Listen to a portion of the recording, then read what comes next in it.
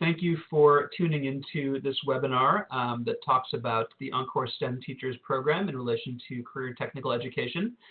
My name is David Taus, and I am the program lead and the Bay Area program director for the EnCorps STEM Teachers Program. We are a California-based nonprofit, and what we do is we empower STEM professionals to explore and make career changes from their industry into teaching. And we do that by supporting them to receive either a single subject or a core subject or a CTE credential to teach in middle and high school, and we focus specifically on high-need schools. I also was a high school teacher. I taught science in both Boston and San Francisco. But today I'm going to talk about the EnCorps STEM Teachers Program and the fellowship that we offer. And hopefully that will give you all a sense of how we interact and interface with the CTE community as well as immigrants who are here to pursue careers in teaching. So I want to start with our eligibility criteria, and you can see these on the screen in front of you. And these are fairly standard for teaching programs. They're set up to make sure that we align with the state's expectations and needs for teachers. And I want to highlight two specifically. Number one is 3 years of full-time work experience in a STEM industry. And that can happen either at home in the US or abroad. And we've done that to ensure that everyone who's accepted into our program is authorized for a CTE credential. And then I also want to highlight the US work authorization item here. This is something that can be a roadblock to some of our applicants who are foreign-born. And aren't citizens or have green cards. And that's because we can't sponsor their visas. And if they have their visa through their work and then later decide they're going to leave their job to become a teacher, it can cause an issue with their immigration status and their work authorization. So as a prerequisite, we tell everyone they need to have a work authorization, and they need to be aware that if that's through their current job, that might be something that will cause some issues later on in terms of their visa. Other than that, we just need to make sure that they aren't criminals and then they live in a service region in which we operate. And you can see those here. So if everyone passes their eligibility criteria, we accept them into a fellowship, which is a part-time unpaid experience where they can start to learn about the teaching profession, explore different skills and tactics that teachers will use, start to build up their repertoire, and move forward from there. But what I want to say about the selection process is that our recruitment strategy is for STEM professionals writ large. We do not have an explicit immigration or immigrant recruitment strategy, and we also don't have an explicit CTE recruitment strategy. And I'll talk about both in turn. But that being said, it still is true that we get a lot of applicants to our program who are interested in CTE and who are foreign-born. And so you can see here some statistics on the people who we accept into our program. Right now, 16% of active EnCorps fellows earn their undergraduate degree in countries outside the US. And you see these are not people who have just graduated college, right? These are people who have advanced degrees, who have lots of years in industry, and they're pretty accomplished in their own right. Okay. Of the folks who have been who have come to us from other countries, you see that there's a breakdown of places where they're from. India is by far the most popular, and I know I work in the Bay Area, and there's a lot of folks from India here who have come here to work in tech and then realized that they wanted something else. But you can see a general breakdown of where our foreign-born fellows come from. So regardless of how they find us, we have a pathway that we have people engage with once they're in our program. And there's many different ways to do this, but we have strong recommendations that you should do it one of two ways, which you see in front of you here, what we call a standard pathway and an accelerated pathway. The standard pathway involves a full-time single subject credential program, which takes 1 full year usually. And then the accelerated pathway means either they're doing a CTE credential during the time they volunteer with us for their first year on board, or they do an intern credential, which enables them to start teaching right away, and then they earn their single subject concurrently.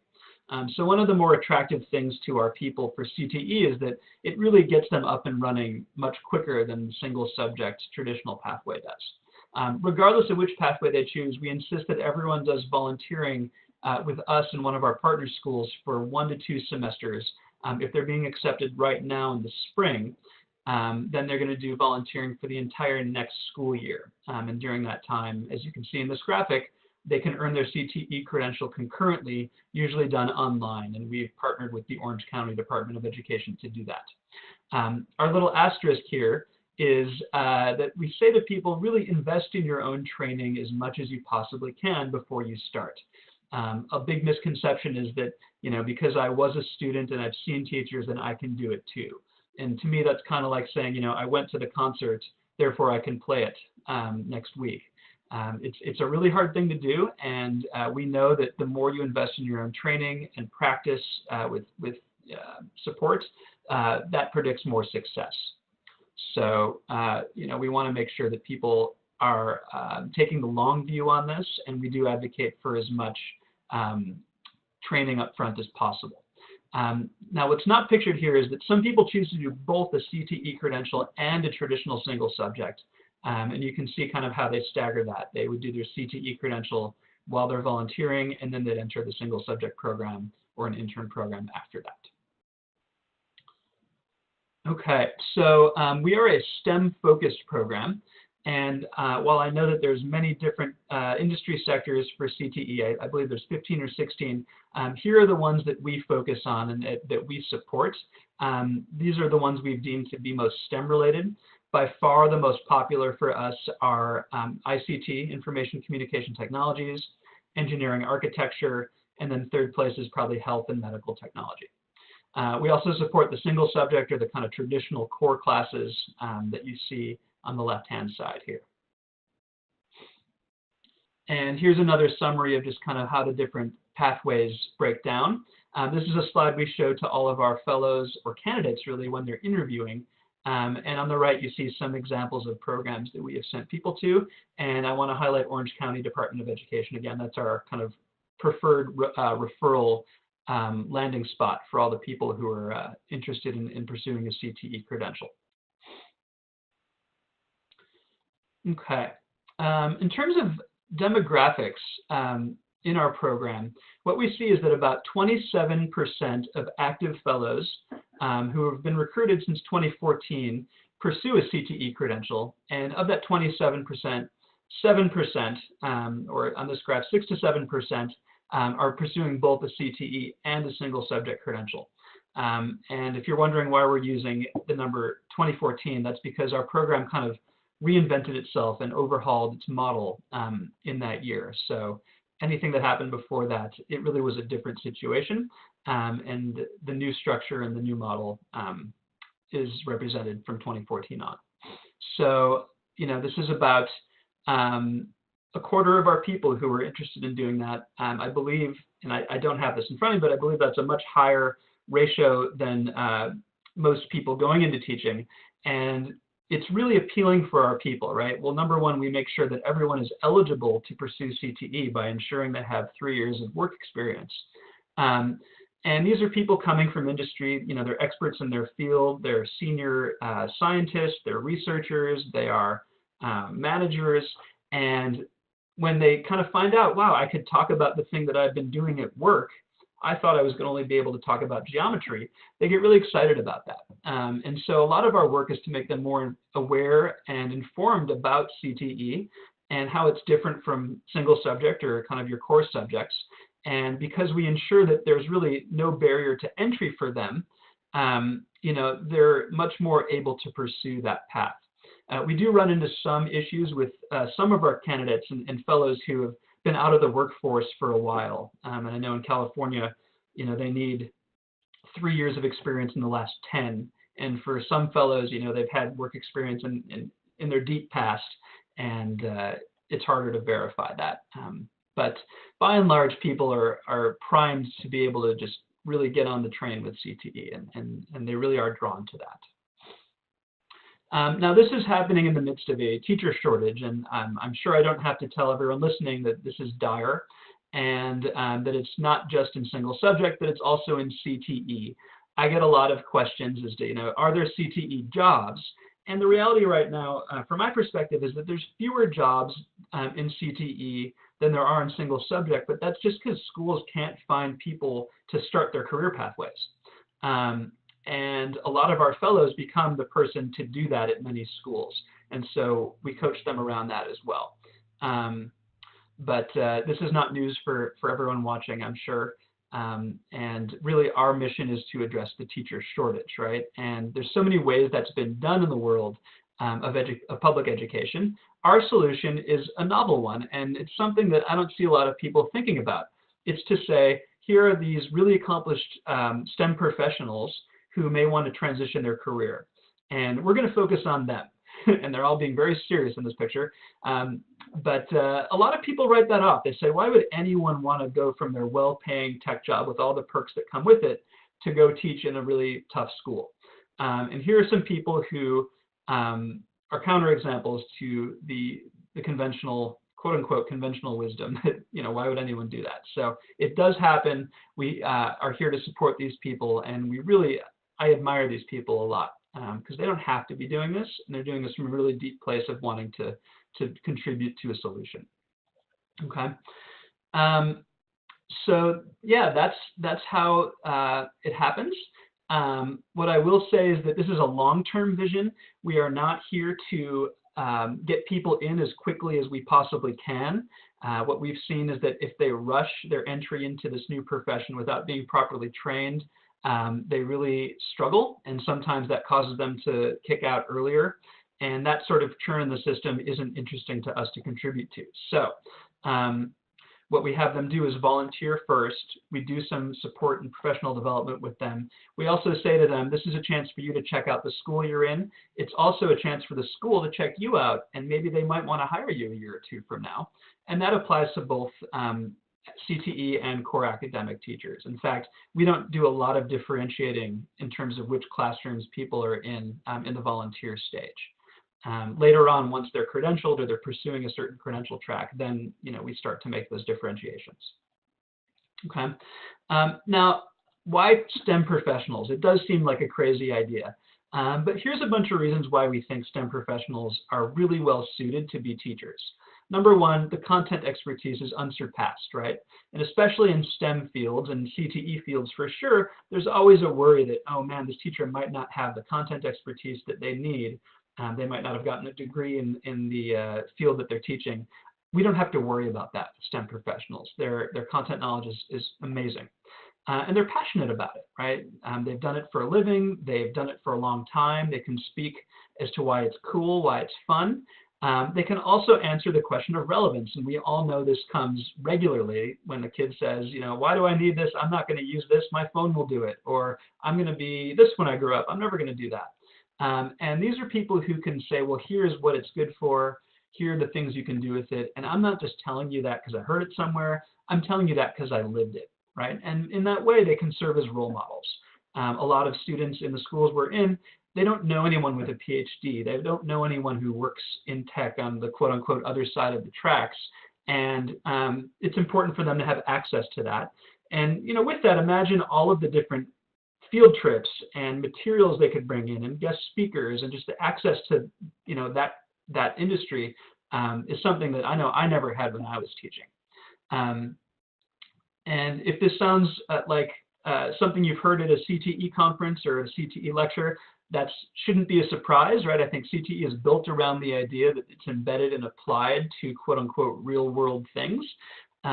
So we want to kind of take that and expand on that to include CTE, yes, but also to say that, your geometry teacher or your chemistry teacher has that background as well.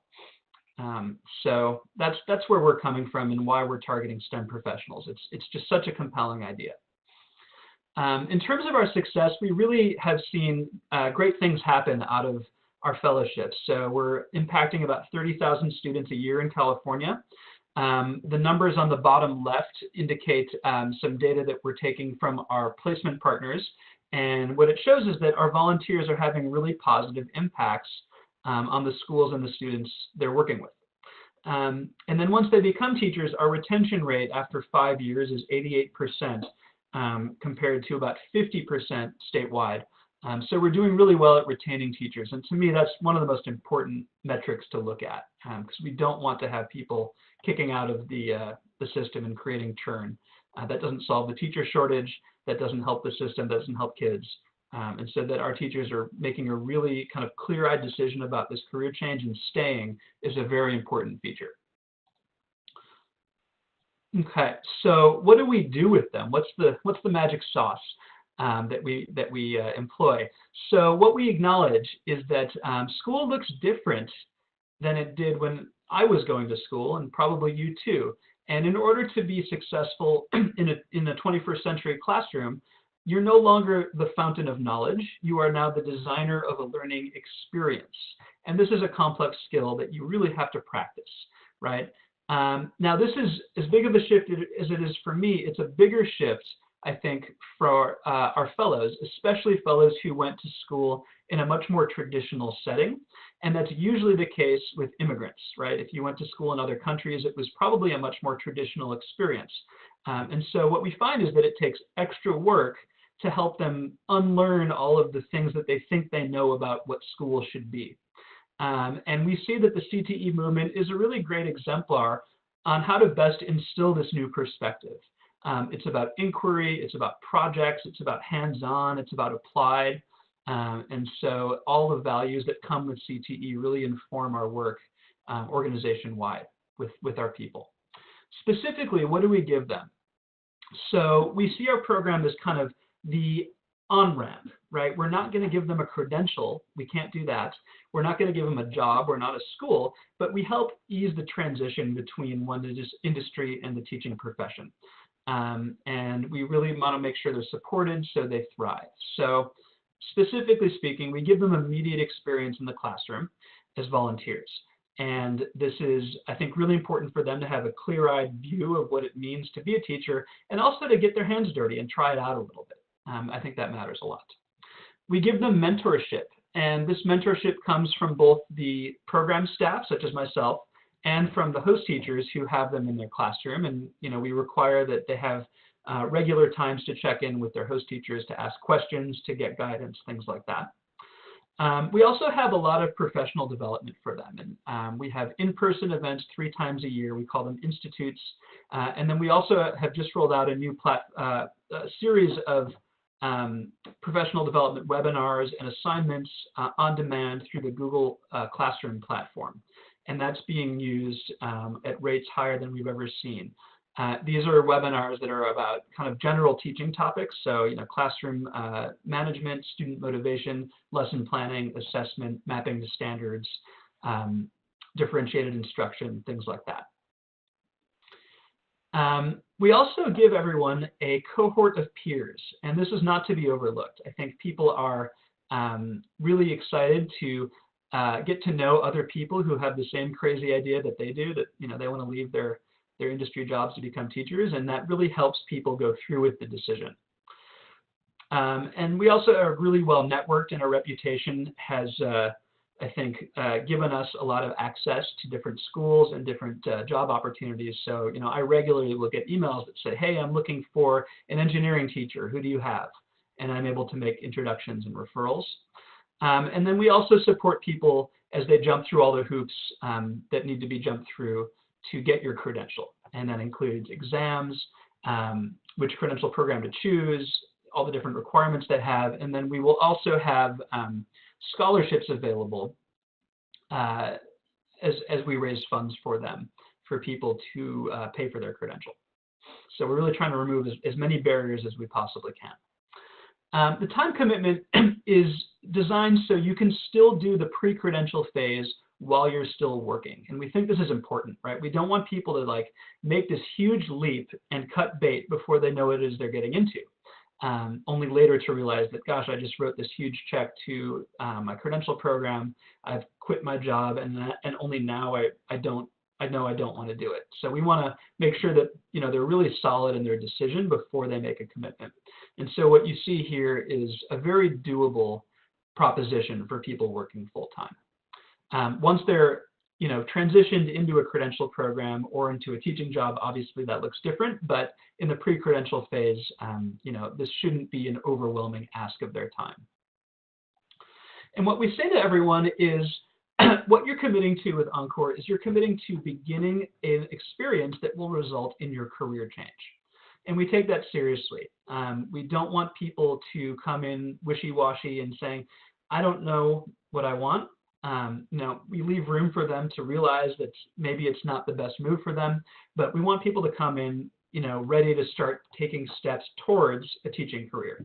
And so right off the bat, what that means is that we can start talking to them about getting a credential, about getting training, about job interviews, about all these things. And what we find is that helps people stay on track and actually, actually convert to teaching more effectively. So, we're pretty adamant that we can't waste our resources on anyone, and we are selective in that way. Our acceptance rate's about 22%.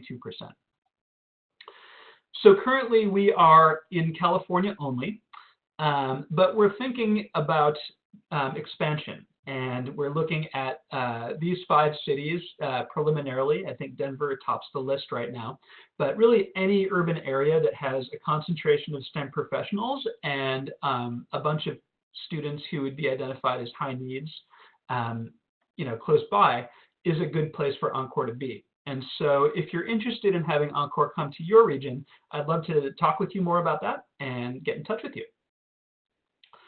I'm really happy to be joined for some Q&A by Jeff Gross, who is a policy consultant at World Education Services Global Talent Bridge in New York City. He's part of a team there who's working to advance policies and programs that are supportive of immigrant professionals in the United States. And recently, they've been focusing on opportunities in the teaching profession, including things in the CTE realm. So thank you so much for joining us, Jeff, and I'm happy to answer some questions you have. Well, thanks, David, for giving me a chance to join you. It was a really exciting presentation, and EnCorps really looks like a great opportunity for helping meet both some of the serious challenges in the CTE teaching field, which we all know about, but also I think ways to connect the immigrant professional community that we work with to really interesting and new professional opportunities as teachers. So I wonder if you could maybe talk a little bit more about how EnCorps reaches out to the STEM professionals and others that you work with. I mean, for example, you said you had no specific immigrant recruitment strategy. Could you maybe elaborate about what your overall approach is and how it connects you with the kinds of folks you're looking to work with, including immigrant populations in the areas where you work? Sure. Yeah. So none of our recruitment strategies are things you wouldn't already guess. So we do a lot of online posting. We post on places like Indeed and Craigslist and LinkedIn and Volunteer Match. We do outreach to STEM organizations like the IEEE or the American Chemical Society. We do presentations. We table at conferences. And then we get referrals from people who are both in the program and people that we know. So just by virtue of the fact that we are in areas where there's a lot of immigrants working in STEM industry, such as the Bay Area, we get a lot of, or disproportionately large amount of immigrants who are interested in our program. So when I say, we don't have an explicit immigrant recruitment strategy, what that means is we don't go to, immigrant welcome groups or support groups and contact them, although that might be a good idea. But once they're in the program, then they have networks and communities that they refer people to us from. And so kind of the community begets itself in that way. Right. And those networks are really the most important thing for connecting anybody into opportunities like this. So, another question I had is that, you talked some about the kind of cultural shift that EnCorps helps folks navigate when moving from their professional fields into the very different world of teaching. That's certainly an issue that folks in the CTE field are thinking a lot about, with the emphasis on bringing industry experts and career changers into the classroom to provide a real-world perspective for students. What are some of the, but can also be, as you were noting, a big culture shock. What are some of the challenges that you're seeing, and how do you support your fellows in the process, especially when they're coming into schools where, as you said, they may be the only CTE teacher in the program? hmm So I think our volunteer component really gives them a chance to see what this new culture called public school is before they get too far into it, and that's really important. And we tell them that it's kind of like visiting a foreign country. There's a different kind of dialect sometimes and different customs, and for foreign-born fellows in our program, on one hand, they're used to that experience going to another country and figuring out how to navigate it.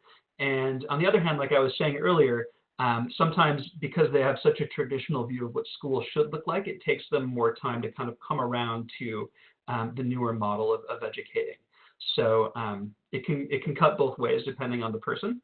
But for anyone in our program, I think it's really important for them to understand that there is a cultural shift from their industry, from their lab, from their office to a public high school. Great.